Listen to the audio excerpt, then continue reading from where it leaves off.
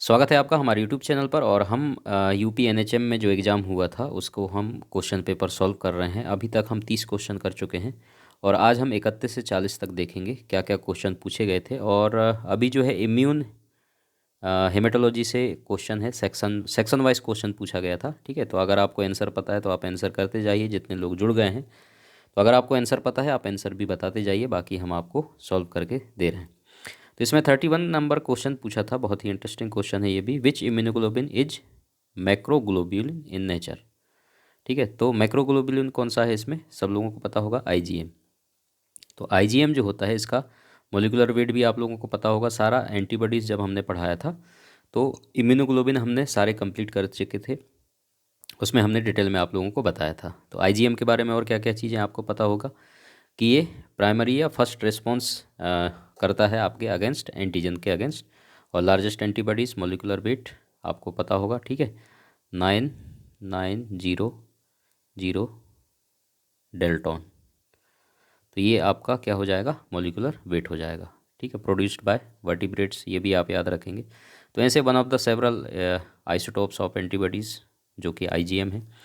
तो कुछ खासियत होती हैं एंटीबॉडीज़ के बारे में, इम्यूनोग्लोबिन्स के बारे में, सारे आप अच्छे से याद कर लें। कहीं से भी कोई सा भी क्वेश्चन बन सकता है, उसके फंक्शन के ऊपर बन सकता है, उसके स्ट्रक्चर के ऊपर कुछ ना कुछ स्पेसिफिकेशन हर इम्यूनोग्लोबिन में आपको देखने को मिलेगा। ठीक है, तो वो लेक्चर देखना, आपको कंप्लीट समझ में आ जाएगा।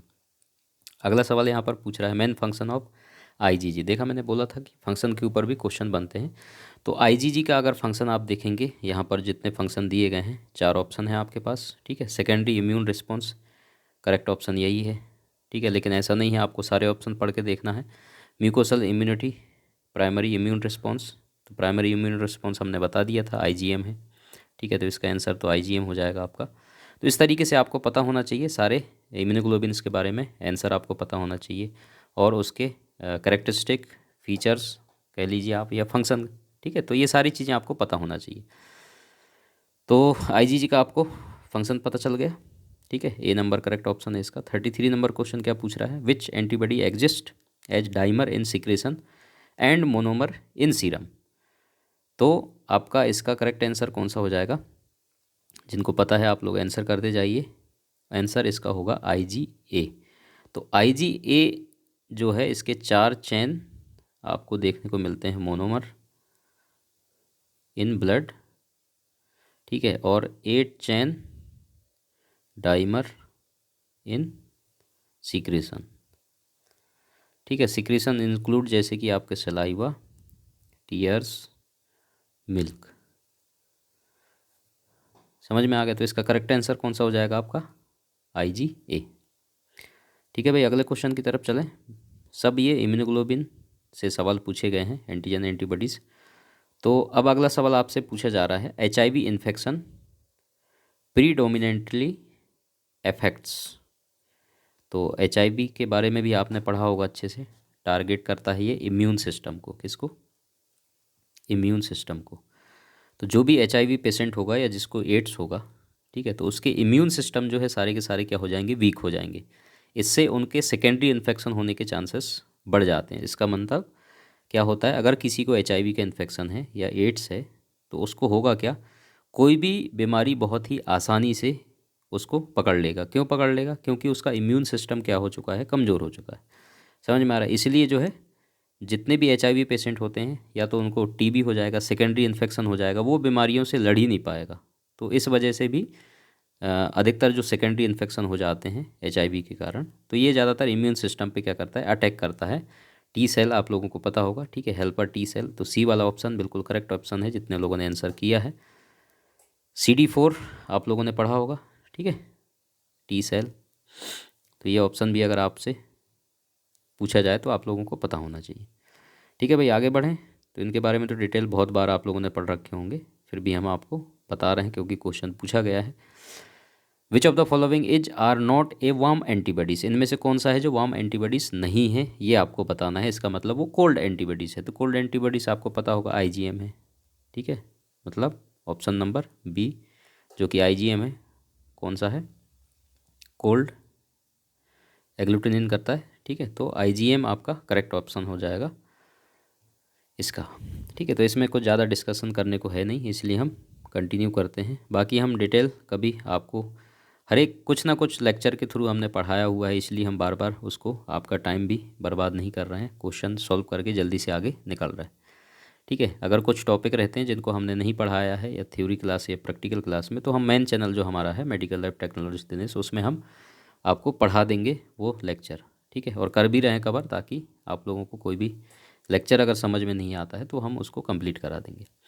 अब यहाँ पर what is the half life of IgG type of immunoglobulin, तो आईजीजी का हाफ लाइफ आपसे पूछा गया है यहाँ पर। तो हर एक इम्यूनोग्लोबिन्स का आपको हाफ लाइफ आपको पता होना चाहिए।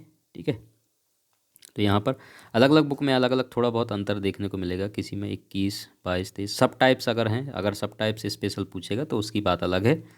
ठीक है, तो एवरेज जो है यहाँ पर कितना हो जाएगा, सी का ऑप्शन नंबर 21 डेज।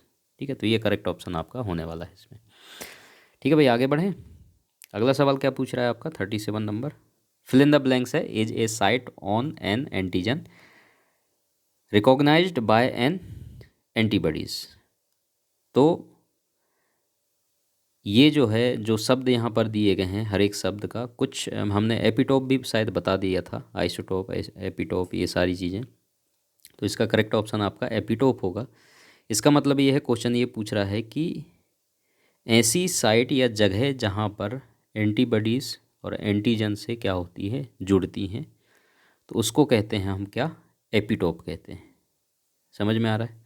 तो साधारण और सिंपल शब्द में जो एक एपिटोप एक ऐसी जगह होती है, ऐसी साइट होती है जहाँ पर एंटीबॉडीज़ एंटीजन से क्या होती है, जुड़ती है। तो करेक्ट ऑप्शन आपका क्या हो जाएगा, बी नंबर। ठीक है भाई, अगले क्वेश्चन की तरफ चलें। 37 हो गया। 38 नंबर क्वेश्चन पूछ रहा है, natural antibodies are fill in the blanks in nature. Natural antibodies कौन सी होगी यहाँ पर, आईजीएम। ठीक है, करेक्ट ऑप्शन इसका कौन सा हो जाएगा, सी नंबर, आईजीएम। ये भी आसान क्वेश्चन था, डायरेक्ट आपको आंसर बताना था, इसमें ज़्यादा कुछ डिटेलिंग की ज़रूरत है नहीं आपको। 39 नंबर का क्वेश्चन हम जल्दी जल्दी कर रहे हैं, इसमें कुछ ज़्यादा एक्सप्लेन करने का है नहीं। एंटीजन एंटीबॉडीज़ हमने डिटेल में पढ़ाया हुआ है आप लोगों को ऑलरेडी, तो आप लोगों ने पढ़े भी होंगे अच्छे से एंटीजन एंटीबॉडीज़। तो क्वेश्चन आते ही आते हैं, कंपटीशन एग्जाम में पूछा जाता है, इसलिए आप अच्छे से पढ़ें इसको।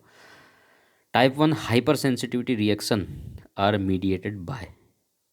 ठीक है, तो टाइप 1 जो हाइपर सेंसिटिविटी है, इसको और क्या बोलते हैं, immediate reaction, and involves IgE mediated release of antibodies. Most ये आपको एलर्जिक रिएक्शन में देखने को मिलता है। ठीक है, तो इसका करेक्ट ऑप्शन कौन सा हो जाएगा, आईजीई। करेक्ट ऑप्शन आपका आईजीई। ठीक है भाई, बहुत आसान था ये सवाल भी। अगला सवाल हमारा और आज का लास्ट सवाल है 40 नंबर का, 40 नंबर का, विच इम्यूनोग्लोबिन ट्रांसफर्ड ट्रांसप्लांटली। तो आप लोगों को पता है कौन सा है जो कि करेक्ट ऑप्शन होने वाला है इसको, जो कि क्रॉस द प्लेसेंटा, प्लेसेंटा को क्रॉस करता है, आप लोगों को पता होगा, आईजीजी। ठीक है, सी नंबर ऑप्शन करेक्ट है, आईजीजी। तो आज के लिए इतना है, उसके बाद हम 41 से आगे देखेंगे, जैसे हमारे पास समय मिलता है जल्द हम अपलोड करने की कोशिश करेंगे वीडियोस। और अगर इसका नोट्स आपको चाहिए है पीडीएफ फॉर्म में, आपको नहीं मिलेगा, हार्ड कॉपी मिलेगा। बहुत सारे लोग पीडीएफ बोल रहे हैं, तो हम हार्ड कॉपी आपको बाइंड करा के दे रहे हैं, पीडीएफ कोई पढ़ता नहीं है। ठीक है, तो पीडीएफ आप बाहर प्रिंट भी कराएंगे तो चार्ज उतना ही लगेगा, ज़्यादा भी लग जाएगा आपका, बाइंड भी कराएंगे, प्रिंट कराएंगे तो, इसलिए हम हार्ड कॉपी आपके घर तक सेंड कर रहे हैं। तो आप लोगों को अगर चाहिए है तो आप ईमेल कर दें, ईमेल का लिंक आपको वीडियो के डिस्क्रिप्शन पे मिल जाएगा, आप ईमेल कर दें। हमने नोट्स बनाए हैं पार्ट 1 पार्ट 2, आपको एमसीक्यूज़ के नोट्स भी मिल जाएंगे।